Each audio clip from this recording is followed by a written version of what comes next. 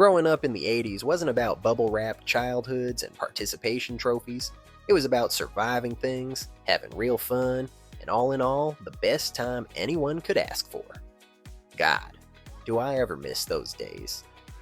So come along this ride, and let's count down 20 things from the 80s that made us tougher, weirder, and way more resourceful than any generation since. The tactile satisfaction of slamming down a phone receiver. Let's kick this off with something that defined communication in the 80s: the ability to hang up on someone with authority. When you were mad at someone, you didn't just tap end call. You slammed that phone receiver down onto the base with the force of a judge's gavel. The whole house knew you were angry. The phone base would practically bounce. Sometimes you'd slam it so hard the receiver would hop back off, and you'd have to slam it again. That was your punctuation mark. That was your mic drop. And the satisfaction was unparalleled. The weight of that receiver. The solid impact. The ringing echo through the plastic. It was cathartic. It was physical.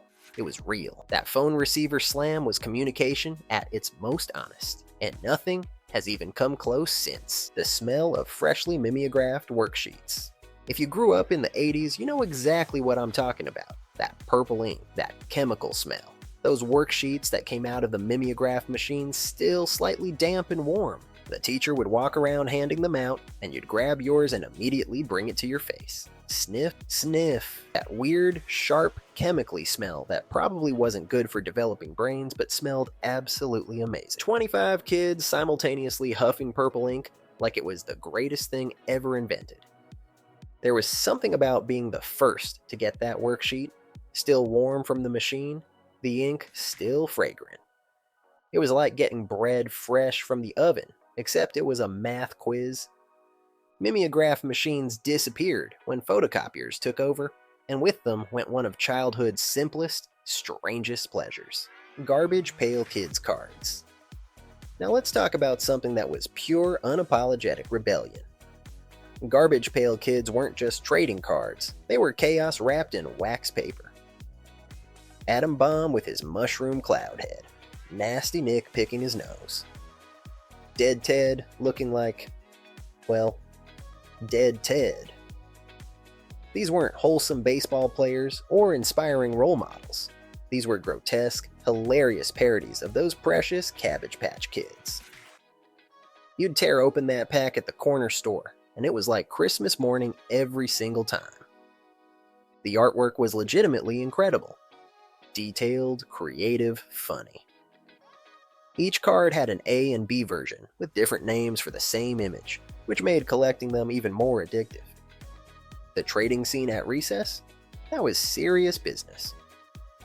I'll give you Jolly Roger and Handy Randy for Atom Bomb, but only if you throw in a Dead Ted.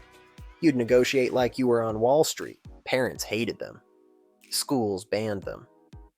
Church groups protested them, which, of course, made them even more desirable. Forbidden fruit wrapped in wax paper. Garbage pail kids weren't trying to teach us anything. They weren't educational. They weren't improving our hand-eye coordination. They were just fun, ridiculous, gross, inappropriate fun. That's what the 80s gave us. Permission to enjoy things just because they were enjoyable. Cereal box prizes.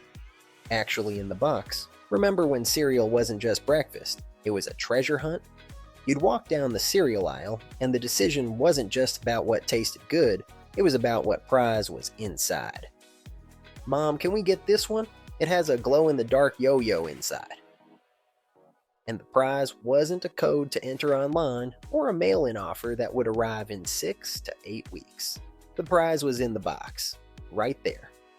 Somewhere buried in those frosted flakes was a plastic submarine, or a decoder ring, or a miniature frisbee. The race to get it started the second you got home, you'd rip open that box and start digging. Sometimes your hand wouldn't fit, so you'd pour cereal into a bowl until you hit plastic. Siblings would fight over who got to dig. I called it first. No, it's my turn. And when you finally found it, pure victory. You'd spend the rest of breakfast playing with whatever cheap plastic toy you'd just excavated, convinced it was the coolest thing ever invented. Cap'n Crunch had compasses. Lucky Charms had magic tricks. Honeycombs had spy gadgets. Every box was a gamble. And the payoff was immediate gratification. The excitement of getting photos back from the drugstore. You'd drop off the film at the drugstore, and they'd give you a little ticket with a date. Come back Friday. And then you'd wait and wait and wait. But when Friday came, walking into that store to pick up your photos was like Christmas morning. You'd rip open that envelope right there in the store and flip through the stack, reliving moments you'd almost forgotten about. And the surprises. Sometimes you'd catch a hilarious moment you didn't even remember happening. Every single photo was a mini revelation because you had no idea what you'd captured. Plus, you'd get doubles made to give to friends. Physical photographs that they could put in their wallets or on their walls. Tangible memories. Passing folded notes in class. Before texting, before email, before instant messaging, there was an art form that required actual skill. The folded note. And I'm not talking about some boring fold in half situation. I'm talking about intricate origami-level folding techniques that turned a piece of notebook paper into a tight little triangle or a pull-tab masterpiece. You'd spend half of math class crafting the perfect note to your best friend 3 rows over. Did you see what Jennifer wore today? Can you believe Mr. Thompson assigned homework over the weekend? Then came the dangerous part, the pass. You had to time it perfectly, wait for the teacher to turn toward the blackboard, then execute a flawless handoff chain through 2 or 3 intermediaries. The risk? Getting caught meant public humiliation. The teacher would snatch it up and read it out loud to the entire class. Your secrets, your crushes, your opinions about Jean's new haircut, all exposed. Slap bracelets. So simple, yet so satisfying. Slap bracelets became a cultural phenomenon. Just a strip of flexible steel wrapped in fabric that you'd slap onto your wrist and snap, instant bracelet. That was the whole concept. And we went crazy for them. Every kid had a collection. Neon patterns, holographic designs, metallic finishes. You'd wear 6 or 7 at once, walking around like you just came from the coolest jewelry store on the planet.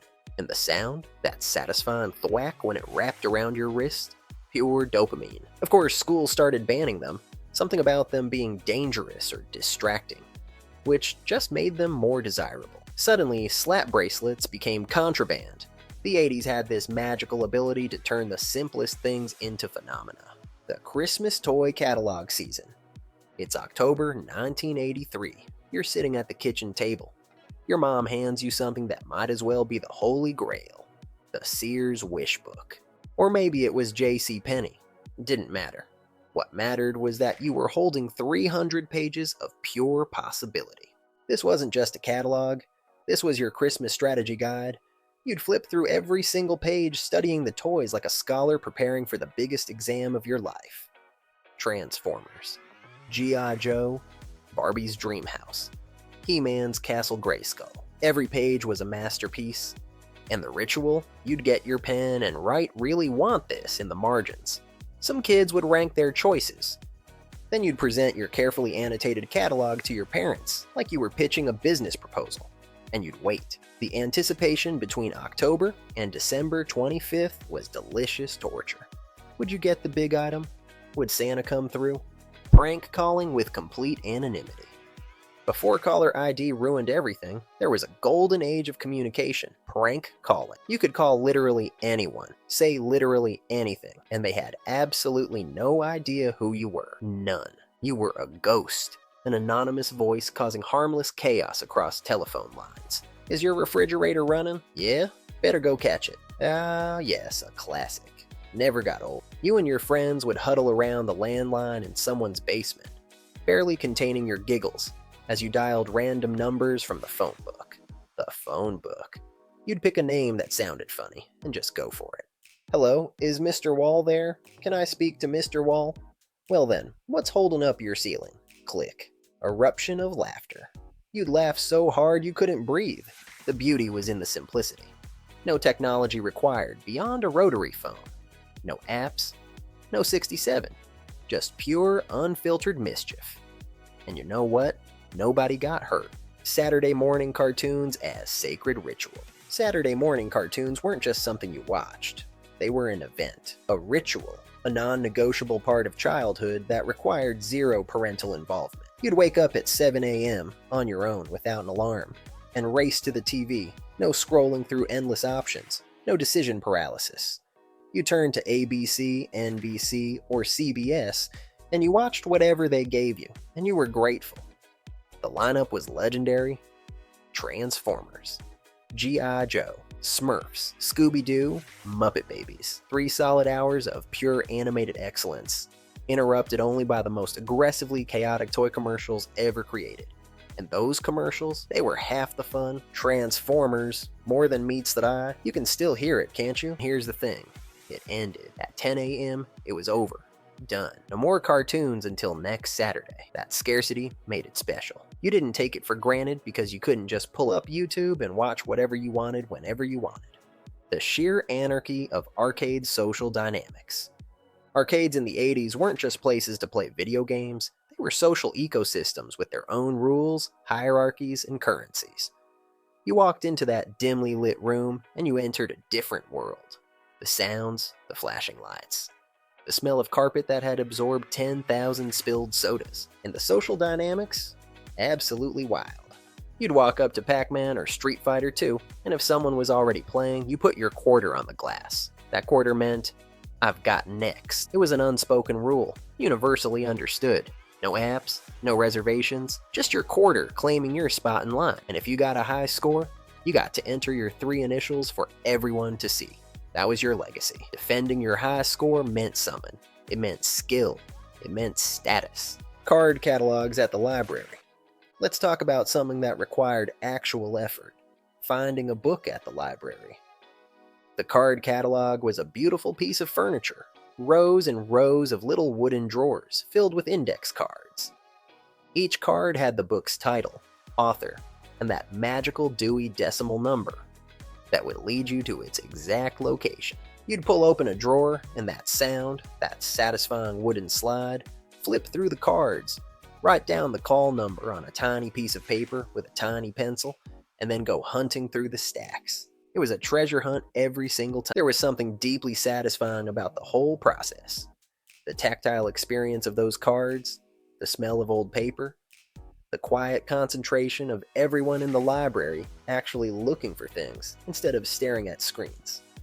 Libraries were temples of knowledge, and the card catalog was your map to everything. 3-way calling as peak technology. When 3-way calling became available, we thought we were living in the future. You could call 2 friends at the same time, on the same call. This was Star Trek level communication technology.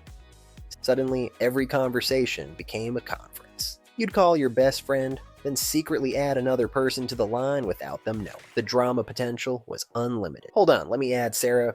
Okay, she's on. Sarah, you there? And then came the truly devious move, the silent ad. You'd be talking to someone, and your friend would ninja add you onto another call, where someone was talking about you. You'd just be sitting there, listening, completely silent, hearing everything. It was espionage. It was betrayal. It was amazing.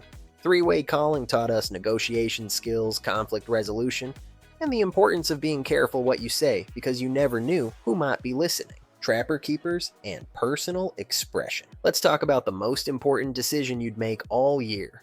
Choosing your trapper keeper. This wasn't just a binder. This was a statement. This was who you were. You'd walk into that department store, and there they'd be. An entire wall of trapper keepers in every design imaginable. Kittens wearing sunglasses, Lamborghinis, abstract neon geometric patterns, dolphins jumping through sunsets. And you had to choose carefully because you'd be carrying this thing every single day for the entire school year. This was your identity in plastic and cardboard form. The Velcro closure that made that satisfying rip sound. The pockets inside for organizing everything. The rings that actually held your paper. The built-in folders. It was engineering perfection wrapped in awesome artwork. Being genuinely unreachable. Here's something that's completely foreign to anyone under 30. Being unreachable. Not because your phone died, not because you turned it off, but because phones stayed in houses, attached to walls, and you were outside. People actually showed up when they had plans because canceling wasn't an option. You couldn't cancel. There was no way to cancel. Commitments mattered. Your word was your bond. The freedom of being unreachable gave us independence. It gave us confidence. It gave us the space to be kids without constant supervision and surveillance. The communal experience of must-see TV. Here's something completely extinct. Shared cultural moments through television. When a show aired, everyone watched it at the exact same time. You either watched it Tuesday at 8 p.m. or you missed it completely. And the next day at school, everyone was talking about it. Did you see what happened on Cheers last night? Oh my god, the A-Team episode was insane. Can you believe what happened on Dallas? We had a shared culture because we had shared experiences. We were all watching the same things at the same time. And it created this incredible sense of community, and the appointment viewing made it special. You planned your evening around your favorite shows. You'd rush through dinner so you wouldn't miss the opening. You'd park yourself on the couch at 7:55 p.m., ready to go. That sense of everyone experiencing the same thing at the same moment, that was magical, and it's completely gone. Calling time and temperature just because. Yes, we used to call a phone number just to hear a recording. Tell us what time it was and how hot it was outside. At the tone, the time will be 3:47 p.m. and 30 seconds. The current temperature is 72 degrees, and we'd call it multiple times. Sometimes because we needed to know, sometimes because we were bored, sometimes just to hear that calm, reassuring recorded voice. Every city had one. You'd memorize the number because you'd call it so often, and there was something oddly comforting about it. In a world before the internet, before smartphones, before information on demand, that recorded voice was a constant. Reliable. Always there. The freedom of vanishing outside all day. Here's the thing about childhood in the 80s that defines it better than anything else. You could leave your house after breakfast and not come back until the streetlights came on, and nobody panicked. You'd hop on your bike and disappear into the neighborhood, hit the creek, build a fort in the woods, ride to the convenience store for candy. Whatever. The world was your playground, and adult supervision was optional. The only rule? Be home when the streetlights come on. That was it. That was the entire safety protocol, and it worked. You'd be playing baseball in someone's yard, notice the sky getting darker, see those orange streetlights flicker on, and know it was time to head home. This wasn't neglect. This was trust. Parents believed we could look out for each other and come home safely. And we did. That freedom built problem-solving skills. You had to figure out how to get from point A to point B. You had to navigate disagreements with friends without adult intervention. The Scholastic Book Fair Catalog. Here it is. The Scholastic Book Fair Catalog. This thin little magazine would show up in your classroom, and suddenly every kid became a passionate reader. You'd flip through those pages like you were browsing the Library of Congress. Encyclopedia Brown. The Babysitter's Club. Choose Your Own Adventure. Goosebumps. Every page was a portal to a potential new obsession. You'd get your pen, maybe multiple colors if you were organized, and you'd start circling. Every book you wanted, then you'd prioritize. Star the must-haves, underline the maybes, calculate prices like you were preparing a federal budget. The actual book fair at school was even better. Walking into the library or gym transformed into a temporary bookstore, smelling like fresh paper and possibility. You'd clutch your $5 or $10 and make your selections like you were on supermarket sweep. And you'd leave with actual books that you'd read under the covers with a flashlight that night. Books with that new book smell. The explosion of colors in everything. Let's end with something that literally defined how the 80s looked. The absolute explosion of color in everything we owned. This was neon pink, electric blue, hot orange, and lime green, all at the same time. And nobody thought twice about it. Your clothes, neon. Your room, neon. Your school supplies, neon. Heck, even your sunglasses were neon pink with checkerboard patterns. We looked like we'd been attacked by a highlighter factory, and we thought we looked amazing. Windbreakers were purple and teal with pink accents. Scrunchies came in every shade of fluorescent imaginable. And remember those squiggly designs? That Memphis-style pattern that showed up on everything from cups to notebooks to bedroom wallpaper? That was art to us. Even our technology got the treatment. Boomboxes weren't just black. They were covered in stickers and came in bright yellow. Walkmans came in hot pink. Telephones weren't beige anymore. You could get one shaped like lips in bright red, or a hamburger, or a sneaker. The 80s didn't whisper. The 80s screamed. Every product, every piece of clothing, every toy was designed to grab your attention and refuse to let go. It was loud, it was proud, and it was unapologetic. So there you have it, y'all. 20 things that made growing up in the 80s not just good, but absolutely legendary. See you next time.